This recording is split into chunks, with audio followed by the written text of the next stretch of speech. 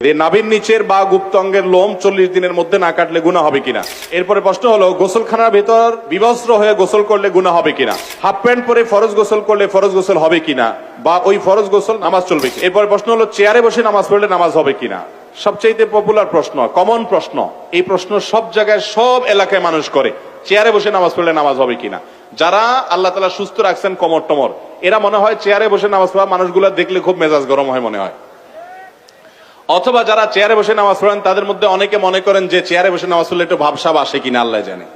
দেখেন, যদি কোনো ব্যক্তি কোমরে ব্যথার কারণে, কোনো অসুস্থতার কারণে রুকু বা সিজদার জন্য অনেক কোমর ভাঙতে পারেন না, তিনি বাধ্য হয়ে চেয়ারে বসে নামাজ পড়লেন, এই ব্যক্তির নামাজ হবে ইনশাআল্লাহ। একজন দাঁড়াতে পারেন, তিনি দাঁড়াবেন, কিন্তু রুকুটা করতে পারেন না, তাহলে সোজা বসে ইশারা রুকু করবেন, ইশারা সিজদা, এটা জায়েজ আছে। নবী করিম সাল্লাল্লাহু আলাইহি সাল্লাম এক সাহাবীকে বলেছেন, তুমি দাঁড়িয়ে নামাজ পড়বে, দাঁড়িয়ে পড়তে পারো না বসে পড়বে, বসে পড়তে পারো না তুমি ইশারায় পড়বে, কিন্তু নামাজ তোমাকে পড়তে হবে। অতএব যদি কেউ চেয়ারে বসা ছাড়া স্বাভাবিকভাবে নামাজ পড়তে না পারেন, অপারগ হন, তার জন্য এটা জায়েজ আছে। কিন্তু আপনি একজন সুস্থ সবল মানুষ, গাছে উঠতে পারেন, ধান ক্ষেত নিরাইতে পারেন, দুনিয়ার সব কাজ করতে পারেন, লাফালাফি সব করতে পারেন, শুধু মসজিদে এসে একটা চেয়ার টান দিয়ে বসে যান, এই মানুষের নামাজ হবে না। যদি আপনার সক্ষমতা থাকে, অনেকে আছে শরীরটা একটু খারাপ লাগতেছে, আজকে একটু ম্যাজ করতেছে, চেয়ারটা বসে নামাজ পড়ে ফেললাম। অনেক ভাইরা আছেন মনে করেন যে নামাজ হবে না, নামাজ হবে না। বিশেষ করে ফরজ নামাজ হওয়ার কোন রাস্তা নাই। ফরজ নামাজের দানোটা একটা ফরজ, রুকু করা একটা ফরজ, সিজদা করা আরেকটা ফরজ, এগুলো করতে হবে। আপনি আল্লাহর সামনে এসে ভাবসাব নিলে, গোলামি করতে এসে আবার কিসের ভাবসাব, বিধায় নামাজ কিন্তু হবে না। আল্লাহ তাআলা আমাদেরকে বোঝার তৌফিক দান করুন। অতএব চেয়ারে বসে নামাজ পড়লে নামাজ হবে শর্ত সাপেক্ষে। আজকাল মসজিদগুলোতে এত চেয়ার হয়েছে, আমি সবসময় বলি যে মসজিদ নাকি আকিস প্লাস্টিকের কোন দোকান বুঝাই কঠিন।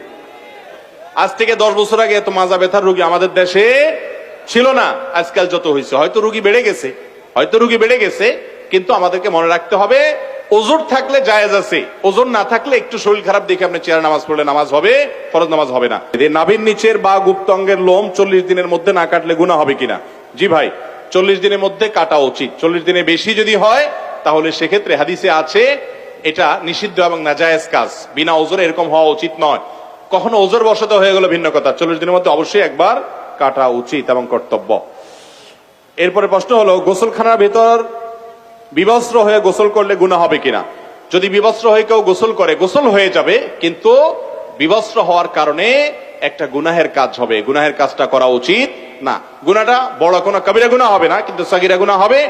এবং হাদিসে আসছে, নবী করিম সাল্লাল্লাহু আলাইহি সাল্লাম বলেছেন, কেউ নাই বুঝলাম, কিন্তু আল্লাহ তাকে দেখছেন, এই কারণে আল্লাহর প্রতি তার লজ্জাবোধ থাকা উচিত, এই জন্য একেবারে বিবস্ত্র হওয়া উচিত নয়। যদিও বিবস্ত্র হয়ে গোসল করলে গোসল হয়ে যাবে, উচিত অন্তত একটা গামছা, তোয়ালে কিছু একটা যেন পরনে থাকে।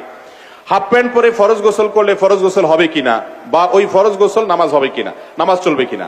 হবে, কোনো অসুবিধা নেই। একটু আগে বললাম যে আপনি যে কোনো কিছু দিয়ে আপনার লজ্জাস্থান ঢেকে আপনি গোসল করে ফেললেন, তাতে আপনার গোসল হয়ে যাবে, তবে হাফ প্যান্ট পরলে হবে, কোনো অসুবিধা নেই। এরপরে প্রশ্ন হলো, যদি জাগ্রত অবস্থা উত্তেজনা বা কোনো কারণবশত বীর্যপাত হয়, তাহলে কি পুরো গোসল করতে হবে নাকি শুধু নাভির নিচ থেকে ধৌত করতে হবে। যদি উত্তেজনা বশত বীর্যপাত হয়, সেটা যে কারণেই হোক না কেন, নিজের ইচ্ছাকৃত হোক আর অন্য কোনো জল্পনা কল্পনার কারণে হোক আর যেভাবেই হোক, উত্তেজনা বশত যদি বীর্যপাত হয় পুরো গোসল করতে হবে, হাঁটু থেকে নিচ থেকে ধুলে হবে না।